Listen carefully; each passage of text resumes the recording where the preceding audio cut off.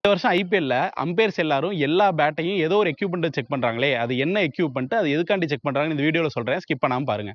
Batsmen வந்துட்டு பெரிய பேட்டோ இல்ல நீளமான பேட்டோ யூஸ் பண்ணி ஒரு அன்ஃபேர் அட்வான்டேஜ் கெயின் பண்றாங்க அப்படின்னு சொல்லிட்டு ஒரு கோரிக்கை இருந்துச்சு. இதுக்காண்டி 2018ல இசிபி வந்து ஒரு ரூல் கொண்டு வராங்க. எல்லா பேட்டுமே அவங்க கொடுக்குற ஸ்பெசிஃபை டைமென்ஷனுக்குள்ள தான் இருக்கணும் அப்படின்னு சொல்லிட்டு ஒரு ரூல் கொண்டு வராங்க. அதே ரூல் தான் இப்போ ஐபிஎல்ல இம்ப்ளிமெண்ட் பண்ணியிருக்காங்க. எல்லா பேட்டும் இந்த ரூலுக்குள்ள இருக்கா அப்படின்னு செக் பண்ற எக்யூப்மெண்ட் பேர் தான் பேட் காஜ். இந்த பேட் காஜை வச்சு தான் அம்பையர்ஸ் வந்து எந்த பேட்டர் உள்ள வந்தாலும் அவங்களோட பேட்டை செக் பண்றாங்க. அந்த எக்யூப்மெண்ட் டெஸ்ட் பாஸ் பண்ணதுக்கு அப்புறம் தான் அவங்கள வந்து பேட்டிங் பண்ண அலோவ் பண்றாங்க.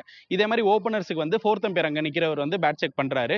இந்த ரூல் இதுக்கு முன்னாடி இல்லையா அப்படின்னு கேட்டீங்கன்னா, ஃபோர்த் அம்பையர் வந்து ப்ரீவியஸ் டே, அதாவது மேட்ச் டே அன்னைக்கு இல்ல, ப்ரீவியஸ் டே ட்ரைனிங்ல இருப்பாங்கல்ல, அன்னைக்கு போயிட்டு ரேண்டமா சில பேட் சூஸ் பண்ணி வந்து இந்த பேட் செக் பண்ணுவாங்க.